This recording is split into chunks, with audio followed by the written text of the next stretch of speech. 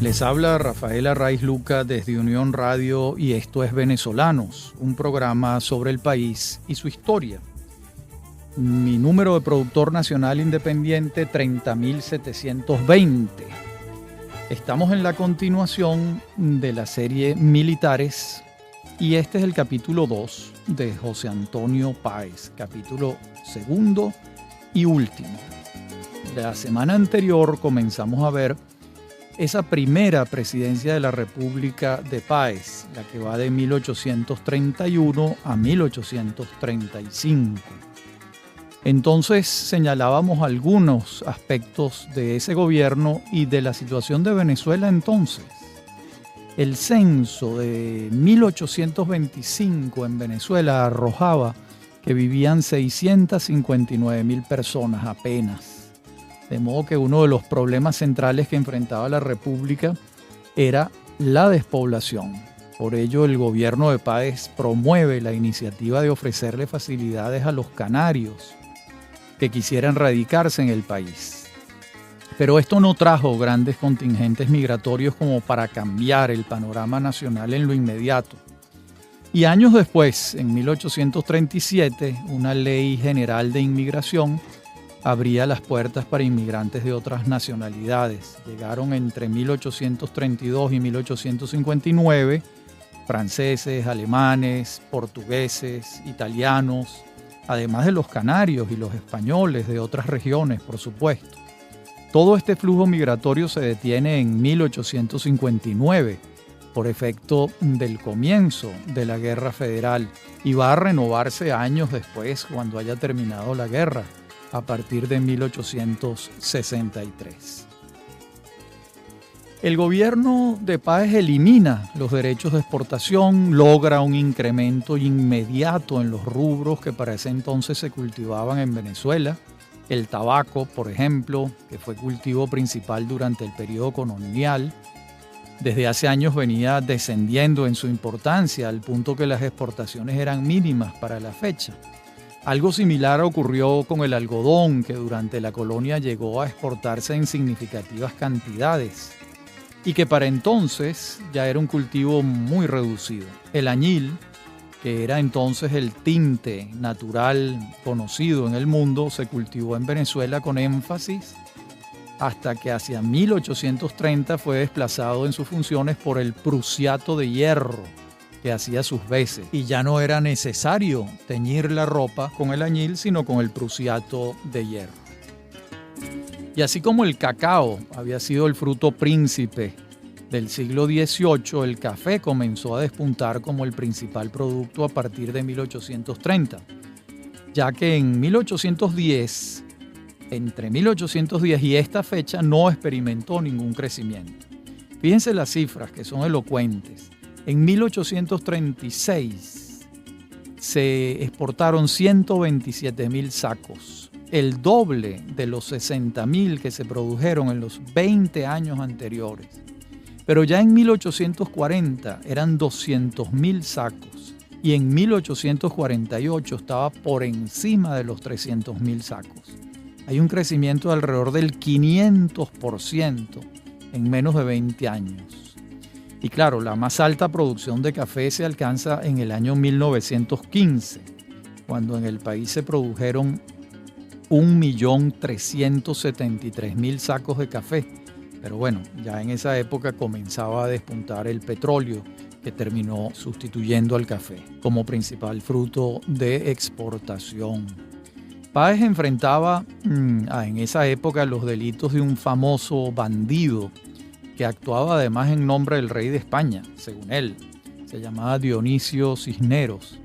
Y mediante las artes de la negociación, que Páez las desarrollaba con mucha destreza, logró pacificarlo en 1831. Por su parte, el gobierno hizo esfuerzos por restablecer el comercio con todos los países, ¿verdad? Y además internamente, porque se había resentido mucho durante la Guerra de la Independencia. Y Santos Michelena, que era el canciller, representante de Venezuela, y Lino de Pombo, que era el representante de Colombia, avanzaron en 1833 hacia la redacción de un tratado que establecía los límites entre Colombia y Venezuela. Por cierto, este tratado favorecía mucho a Venezuela y casi toda la península de La Guajira los colombianos reconocían que era nuestra, pero el texto nunca entró en vigencia porque el Congreso de la República de Venezuela se tardó 3 años discutiendo para sancionarlo y cuando lo aprobó, los colombianos ya no lo aceptaron y se perdió ese gran esfuerzo de Michelena. En 1834 el Congreso de la República aprueba la llamada Ley de Abril de 1834 que favorecía la relación entre los particulares en el momento de fijar los intereses por los préstamos, que se fijaban entre particulares. Y esta ley de corte liberal trajo, según unos autores, un repunte de la economía y según otros todo lo contrario. La verdad es que al dejar en manos de los particulares la fijación de los intereses bajaron y se produjo una recuperación de los cultivos. Esta ley, junto con la organización de la recaudación fiscal, la eliminación del diezmo que se le exigía a los agricultores entregar a la Iglesia Católica y la paz política alcanzada alrededor de Páez, condujo a que las cifras económicas del primer gobierno de Páez fuesen muy favorables, como señalamos anteriormente, expresada en el número de sacos de café de la producción cafetalera.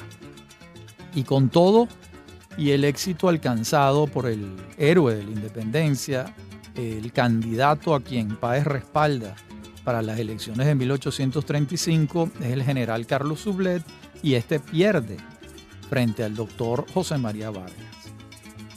Páez entrega la presidencia, se retira pacíficamente a su hacienda, respetando exactamente la Constitución de 1830. Y comienza el gobierno del doctor Vargas, que va a enfrentar muchos problemas. Empieza una conspiración en su contra, una conjura en su contra que se denominó, un eufemismo, la revolución de las reformas. ¿Quiénes conspiraban? ¿Quiénes le dieron un golpe de Estado a Vargas? Santiago Mariño, Diego Ibarra, Luis Perú de la Croix, Pedro Briceño Méndez, José Tadeo Monagas, Estanislao Rendón, Andrés Lebel de Goda y Pedro Carujo. Y viene ese hecho que se ha convertido en una leyenda cuando Carujo entró en la casa del doctor Vargas y le dijo: doctor Vargas, el mundo es de los valientes. Y Vargas, que era un gran hombre, le respondió: el mundo es del hombre justo.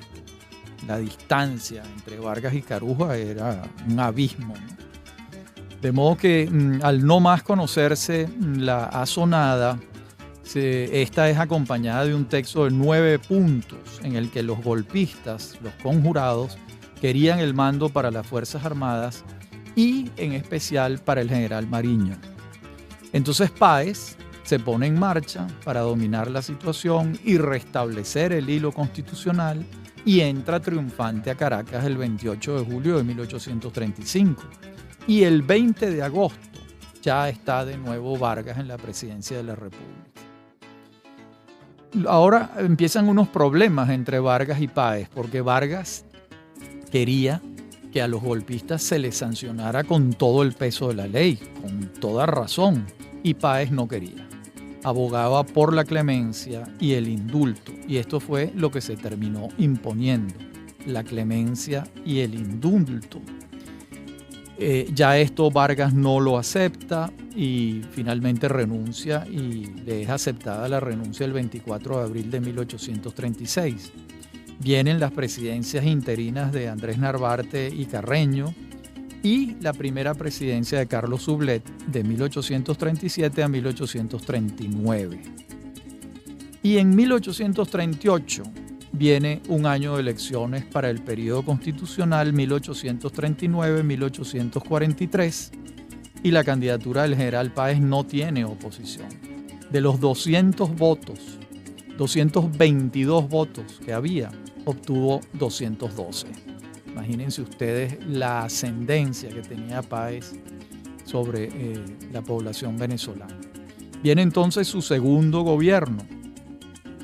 y designa, primero el vicepresidente continuaba siendo el general Sublet, y Páez designa a Diego Bautista Urbaneja en Interior y Justicia.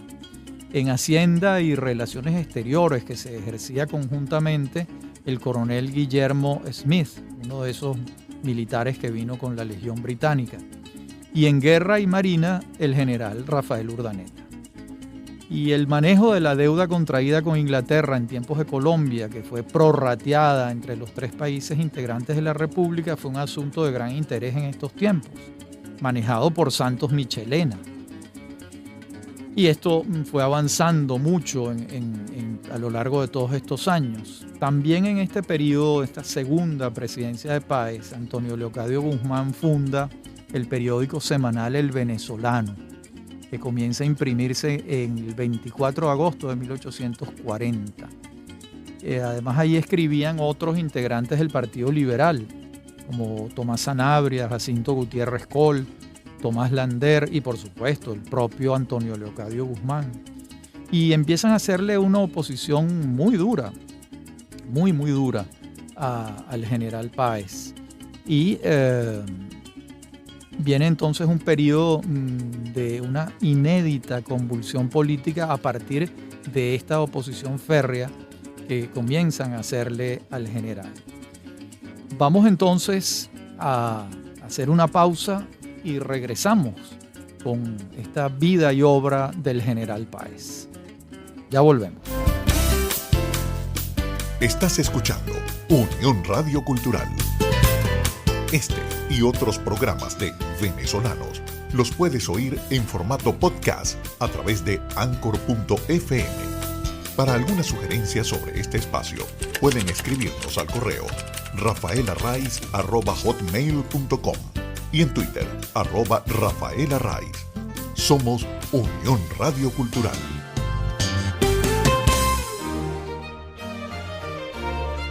Valores del Espíritu. Un recorrido por las grandes obras literarias. En la voz de John Aispurua. Víctor Hugo se había propuesto con Los Miserables presentar una crítica fuerte a la situación social, a la situación política, económica, jurídica, cultural que caracterizaba a aquella sociedad tan injusta que tanto propendía a la discriminación y a la injusticia. La literatura universal de todos los tiempos. Valores del Espíritu. Sábados, 9 de la mañana y 6 de la tarde. Somos Unión Radio Cultural.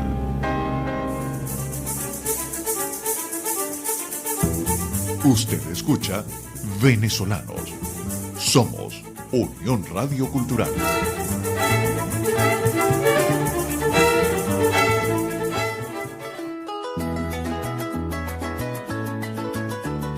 Decíamos en la parte anterior del programa que comienzan la oposición al general Páez a partir del periódico El Venezolano de Antonio Leocadio Guzmán. Y viene la elección para el vicepresidente de la República, porque concluía la vicepresidencia de Sublet y se oían los nombres de Michelena, Diego Bautista Urbaneja, Francisco Aranda. Guzmán desde el periódico apoya la candidatura de Urbaneja, pero sale electo Santos Michelena, ese gran patricio venezolano. Y asume el 29 de enero de 1841. Y Sublet pasa a ser secretario de Guerra y Marina.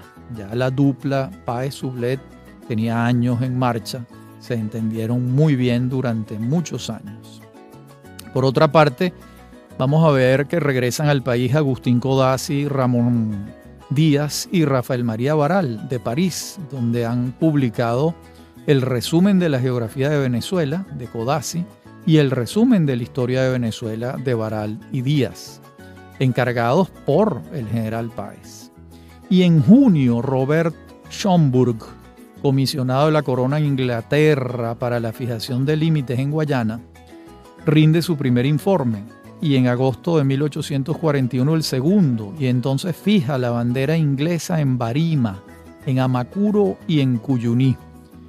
Con esto desconocía territorios que pertenecían a Venezuela y se los atribuía a la Guayana inglesa. Estos informes de Schomburg entregados entre 1841 y 1843, fueron la base documental que presentó Inglaterra ante el Tribunal Arbitral de París en 1898 y 1899. El tribunal que despojó a Venezuela de esos territorios y se los ascribió a Inglaterra. Y el Congreso de la República decreta el 30 de abril de 1842 los honores correspondientes al Libertador. Allí se trasladan sus restos desde Santa Marta hasta la Iglesia Metropolitana de Caracas, la Catedral de Caracas. Páez preside todos esos actos, Vargas es el encargado de buscar los restos en Santa Marta, traerlos a La Guaira. Hay actos en cada uno de estos lugares y Páez pronuncia estas palabras. Ayer ha recibido Venezuela los restos mortales de su grande hijo y los ha recibido en triunfo y duelo, aplaudiendo su vuelta al suelo natal. Ha llorado también sobre su sepulcro. Ya hemos asistido al funeral. Allí hemos cumplido con Bolívar muerto.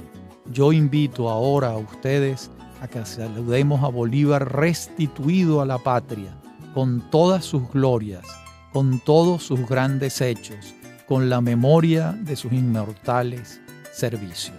Esto dice José Antonio Páez de Simón Bolívar. Muy bien, y en paralelo a la programación de los actos del traslado de los restos, la oposición liberal asoma estar de acuerdo con la candidatura a la presidencia de la República de Santos Michelena, pero el general Páez piensa distinto y respalda al general Sublet y, por supuesto, gana la presidencia de la República el general Sublet, que comienza a gobernar. En el periodo 1843-1847. Páez se va a su hacienda, como siempre lo hacía. Y al final de la presidencia de Sublet se reanima la efervescencia política. Es un año de elecciones, hay varios aspirantes y José Antonio Páez, como jefe del Partido Conservador, decide apoyar la candidatura del liberal José Tadeo Monagas. Bien, este es probablemente el más grande error que cometió José Antonio Páez en su vida, probablemente uno de los más grandes. Y las elecciones ocurren, las gana José Tadeo Monagas y al principio hubo un acuerdo de gobierno entre Monagas y Páez, pero ese acuerdo se va deshaciendo a medida que las semanas avanzaban, hasta que ocurre una ruptura el 4 de febrero de 1848, cuando Páez entrega una proclama en Calabozo, luego se traslada a Apure, y Monagas encarga a Mariño a enfrentarlo, y este delega en el general José Cornelio Muñoz, un antiguo paecista, batir sus tropas en contra de las de Páez. Y ocurre la batalla en el sitio de los Araguatos el 10 de marzo. Páez es derrotado, pero logra huir a Colombia, acompañado de quienes están con él en esta batalla, que son Carlos Sublet y Ángel Quintero. De Colombia se traslada a Curazao y ahora sí está solo, porque Sublet le dice: yo hasta aquí lo acompañé, no lo sigo, Quintero tampoco. Páez se empeña en volver. Ahí en Curazao arma un ejército muy exiguo con 600 hombres y desembarca. Y esta nueva ofensiva concluye en otro fracaso. El general José Laurencio Silva lo hace preso en Cojedes, en el valle de Macapo abajo. Lo remite a Valencia. Allí es humillado con la colocación de grillos en los pies. Un trato que muchos consideraron inaceptable para un hombre que había acumulado sus méritos. Luego es trasladado a Caracas, donde fue nuevamente humillado. Y el encargado de su prisión era nada menos que Ezequiel Zamora. Y en los traslados callejeros del prisionero es zarandeado de nuevo y le gritan: abajo el rey de los Araguatos, haciendo alusión irónica a la derrota en la batalla llanera. Después es trasladado al castillo de San Antonio de la Eminencia, en Cumaná, de donde parte al exilio arruinado el 23 de mayo de 1850. Y aquí viene entonces el primer exilio del general Páez, y que ocurre por solicitud expresa de su esposa, de Dominga Ortiz, que le pide al Congreso Nacional que expulsen a Páez del país, que lo saquen de la cárcel. Recordemos antes que Barbarita Nieves había muerto el 14 de diciembre de 1847. Ya había salido de la escena y quien está presente es Dominga Ortiz, la primera esposa del general Páez. Y el 24 de mayo de 1850 toma el vapor Libertador rumbo a San Tomás el general Páez derrotado.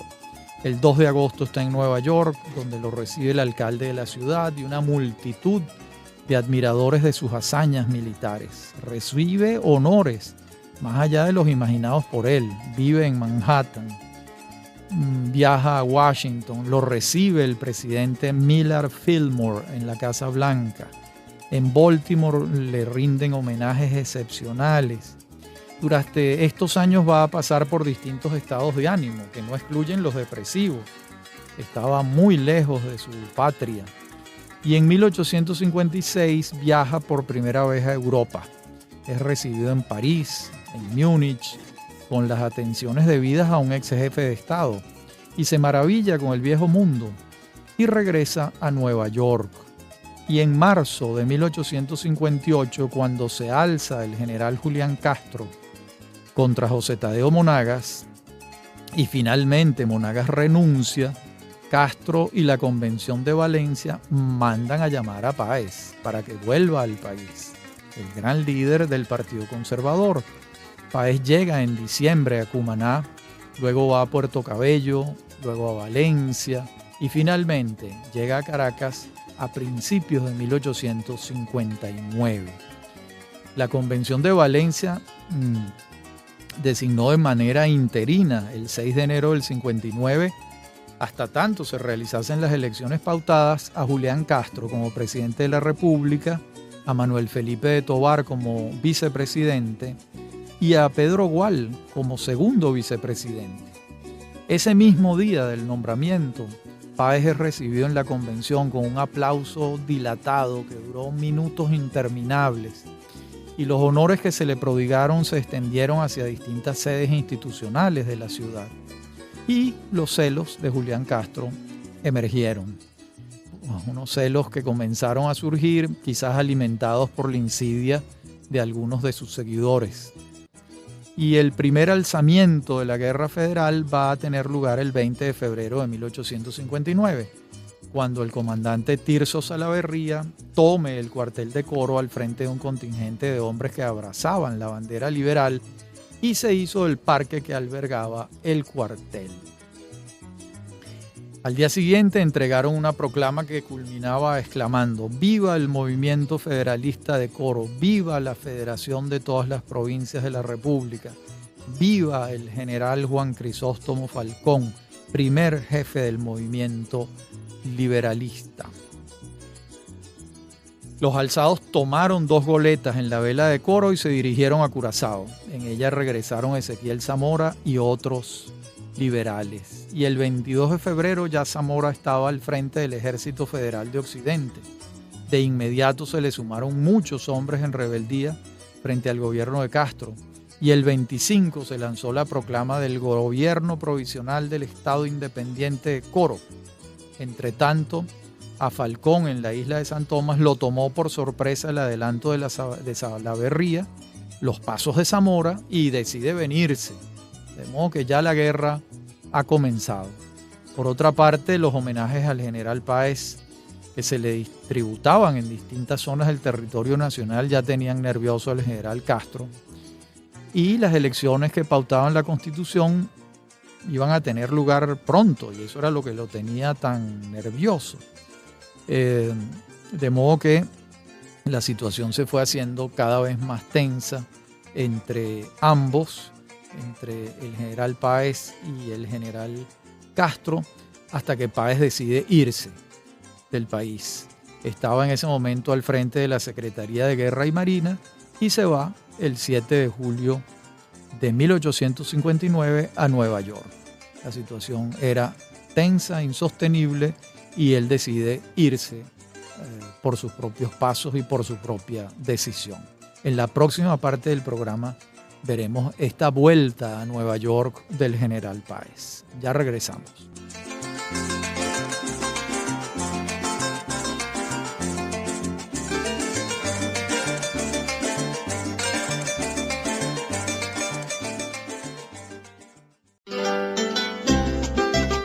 Decíamos en la parte anterior del programa que Páez regresa a Nueva York y se va un tanto incómodo con la experiencia de su regreso a Venezuela, en particular por las excentricidades de Julián Castro, pero también satisfecho con la aclamación de la que ha sido objeto y desde Manhattan monitorea y participa epistolarmente en la diatriba venezolana. En los meses finales de 1860 en la prensa comenzaron a publicarse artículos que clamaban por el regreso de Páez, a quienes muchos veían como la posible solución a la crisis que planteaba el desafío de la guerra. Y Páez, por su parte, respondía desde Nueva York, poniendo en duda que con la Constitución vigente se pudiera hacer frente a la situación. Y así le abría paso a la instauración de una dictadura que obviamente era imposible que la desempeñaran los civiles Tovar igual, sin ningún ascendente sobre el ejército. Esto, como vemos, presagiaba que Páez se tenía a sí mismo como el indicado para llevar adelante el trabajo dictatorial. Finalmente, Tovar le hace saber a Páez que necesitaba de su colaboración para enfrentar la crisis y que volviera al país. Páez regresó el 14 de marzo de 1861, se despide del gobierno de los Estados Unidos y llega a Caracas, donde lo reciben tanto Ángel Quintero como Pedro José Rojas, que eran sus más cercanos colaboradores. Y el 3 de abril, Manuel Felipe de Tovar, que era el presidente de la República, nombra a Páez como jefe del ejército, gracias a la renuncia del general Febres Cordero. El 3 de mayo, el general Llanero, por intermedio del secretario general del jefe del ejército, Ángel Quintero, lanza una proclama en la que se excede en sus atribuciones, creando un recelo natural en el seno del gobierno. Y el ministro de Guerra y Marina de entonces, Febres Cordero, y Páez intercambian cartas ventilando los pormenores de sus diferencias, hasta que el 8 de mayo de 1861 renuncia Febres Cordero. Tovar le acepta la dimisión y viene una reorganización del gabinete de Tovar. Los militaristas de mano dura clamaban por Páez y los seguidores de Páez establecían diferencias entre los conservadores de Tovar y ellos. Por su parte, Páez y los suyos comenzaron a establecer puentes con los federalistas y les ofrecían administrar en conjunto el gobierno, mientras que las ofertas de Tovar eran contradictorias. El juego era peligroso. Páez presiona la salida de Tovar por la vía de azuzar la crisis y lo logra. Tovar renuncia el 20 de mayo de 1861. Se va a su casa. Meses después se va a París, en donde vivió varios años hasta que lo alcanzó la muerte, y allá están sus restos, en uno de los cementerios de la capital de Francia. Y el mismo 20 de mayo asume la presidencia el vicepresidente, ¿verdad?, que era Gual, y designa en el Ministerio de Interior y Justicia a Ángel Quintero, a Pedro Hernández Romero en Hacienda, a Rafael Seijas en Relaciones Exteriores y al general Carlos Zulet en Guerra y Marina. Y el 21 asume como jefe del ejército el general José Antonio Páez.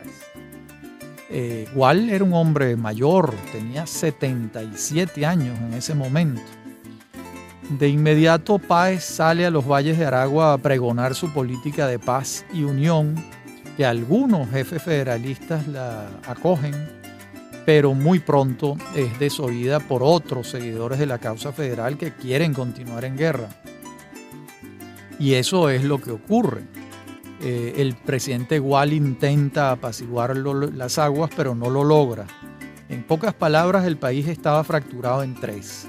Los constitucionalistas que seguían a Gual, que era un factor muy poco influyente porque no tenían armas.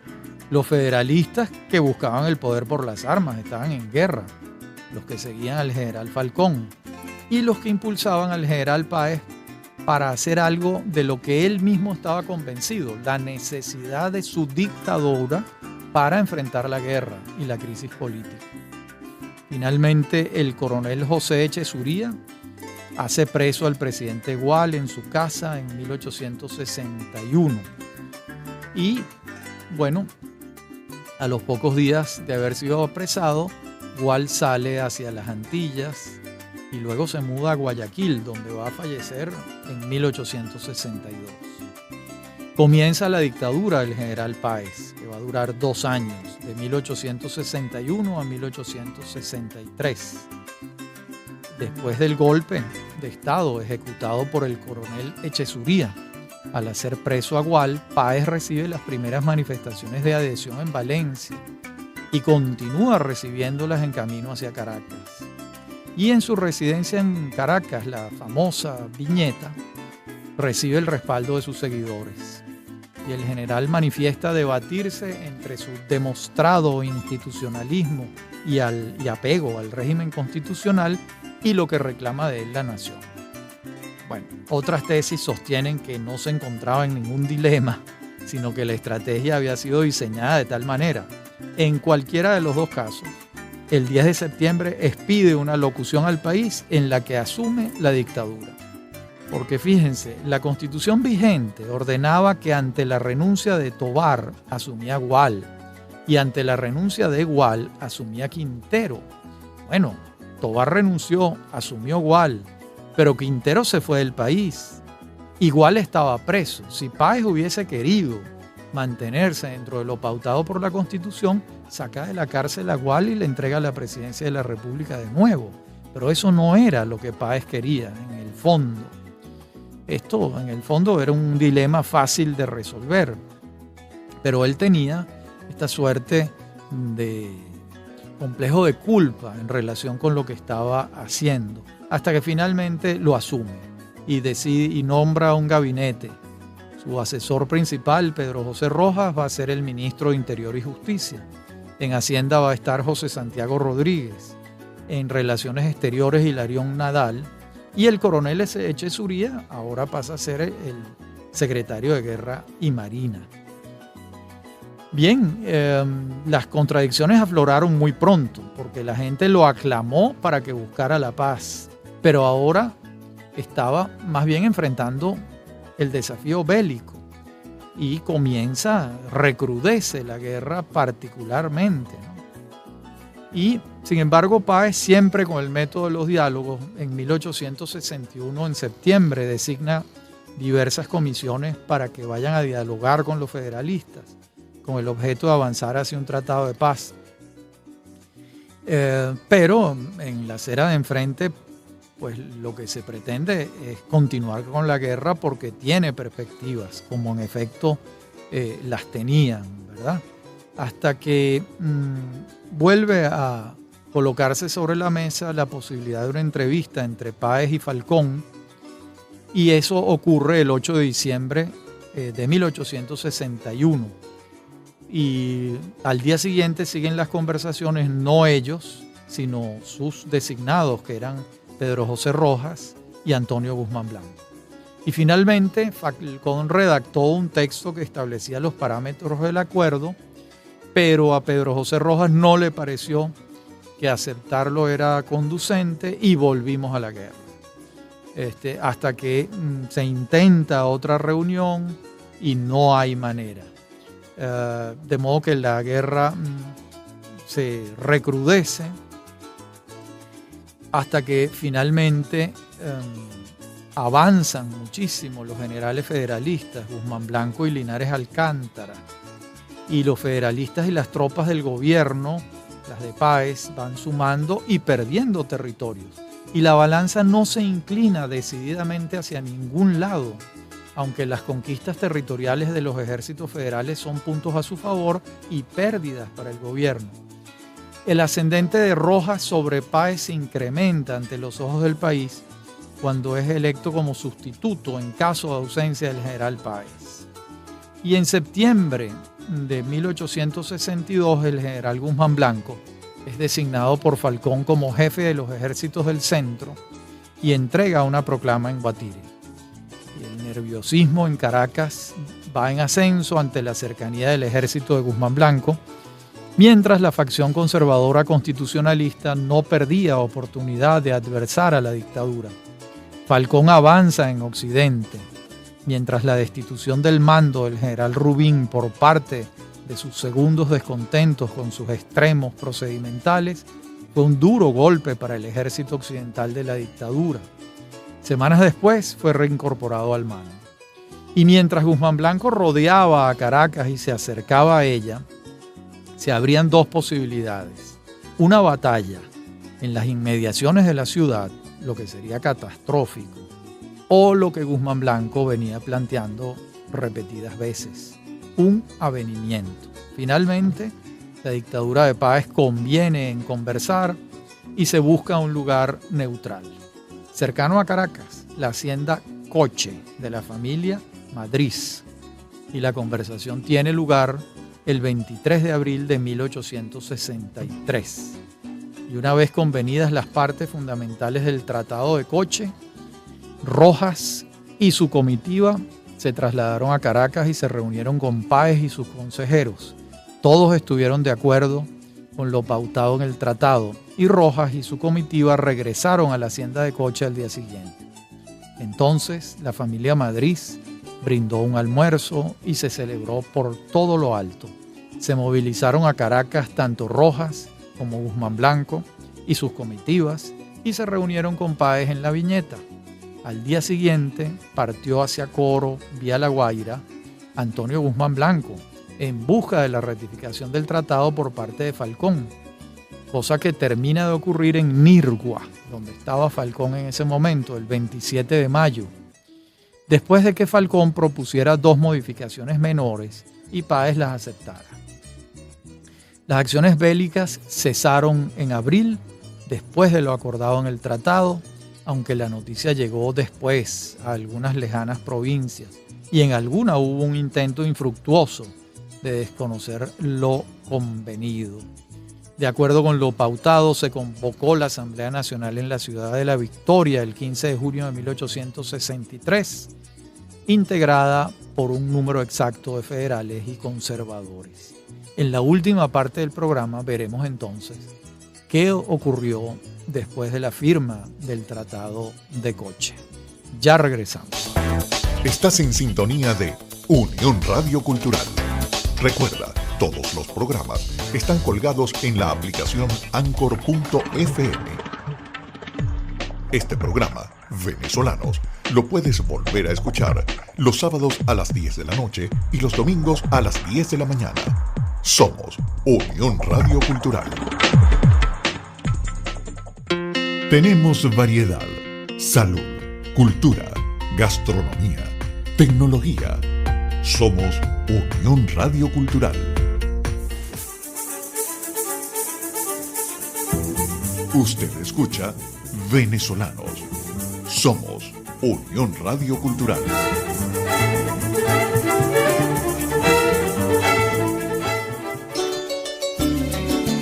De acuerdo con lo pautado, entonces se convoca la Asamblea Nacional en la ciudad de La Victoria el 15 de junio de 1863, como decíamos antes, formada por un número exacto de federales y conservadores. Y ese mismo día se recibe la carta de renuncia del general Páez y la Asamblea la acepta.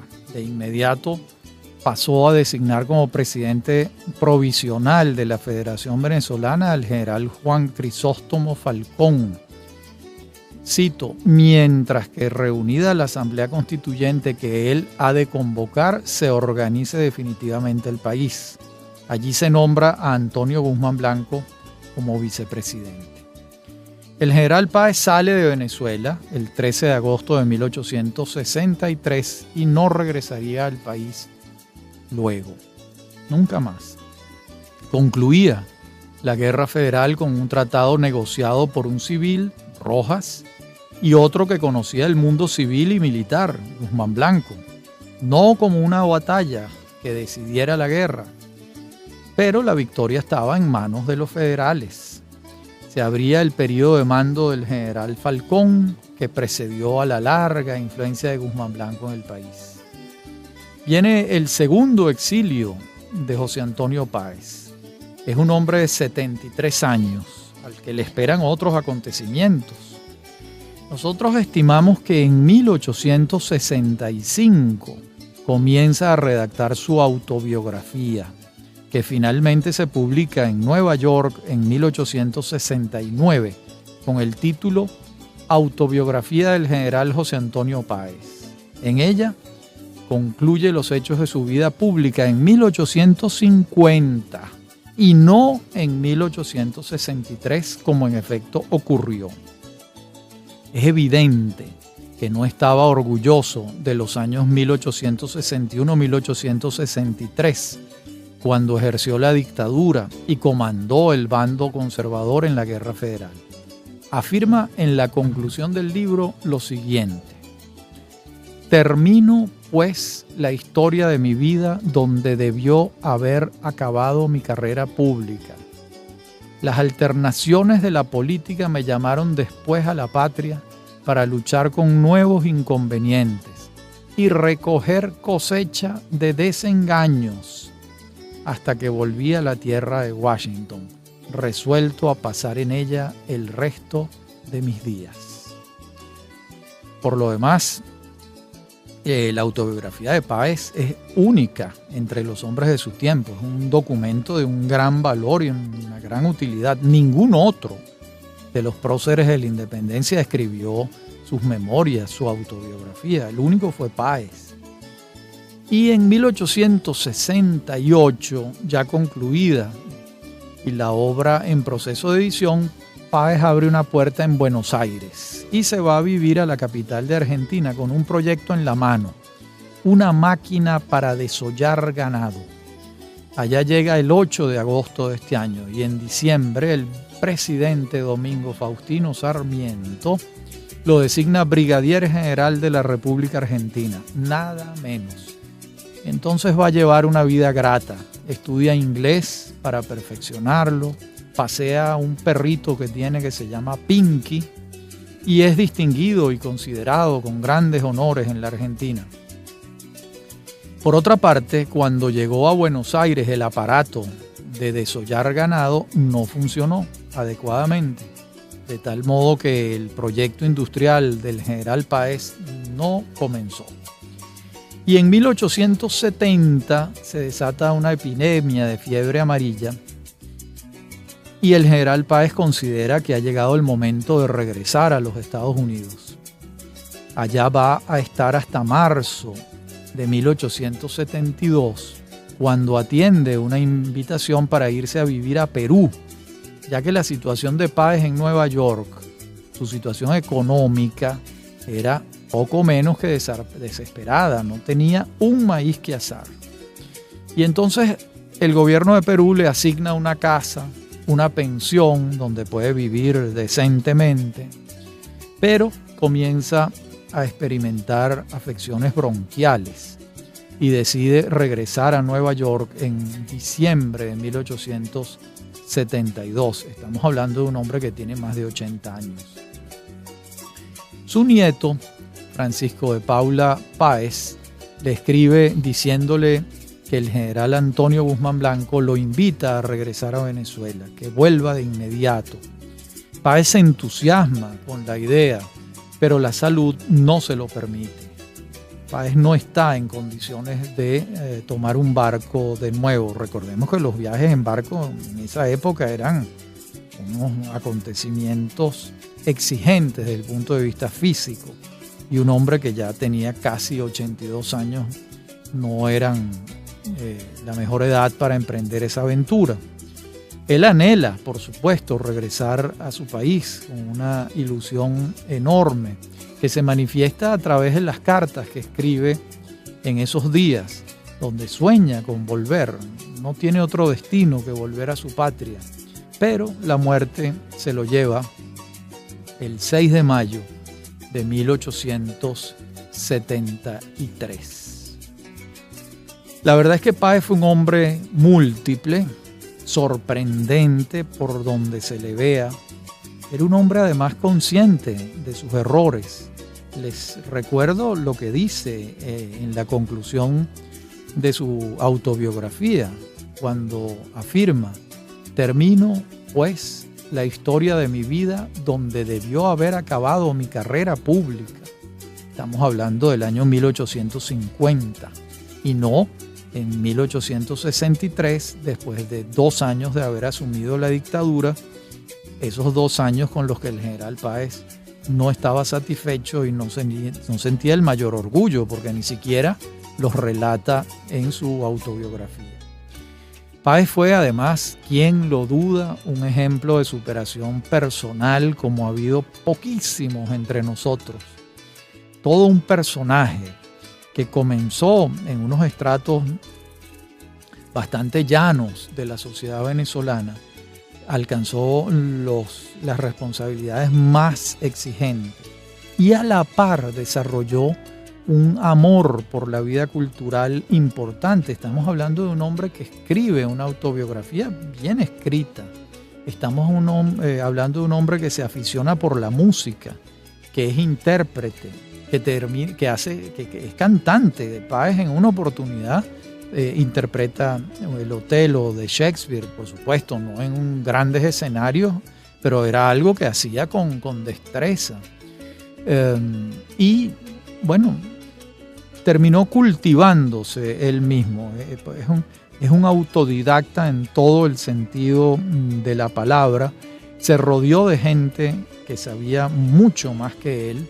No tenía el complejo de rodearse de gente superior a él desde el punto de vista del conocimiento en determinadas áreas, ¿no? Como puede ser el caso de Ángel Quintero, antes de Miguel Peña, o de Pedro José Rojas.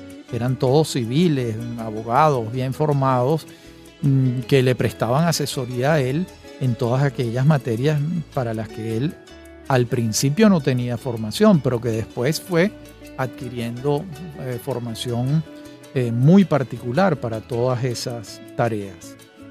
Estamos hablando además de un hombre que desempeñó la presidencia de la República por elección en 2 oportunidades, en una tercera oportunidad por la vía de la dictadura. Y estamos hablando de un hombre que a partir de 1821, con el resultado favorable de la batalla de Carabobo, comienza a tener un ascendente militar y una autoritas como casi ningún otro venezolano ha tenido en Venezuela a lo largo de nuestra historia. Recordemos que esa autoritas del general Páez, el primero que la reconoce es Bolívar.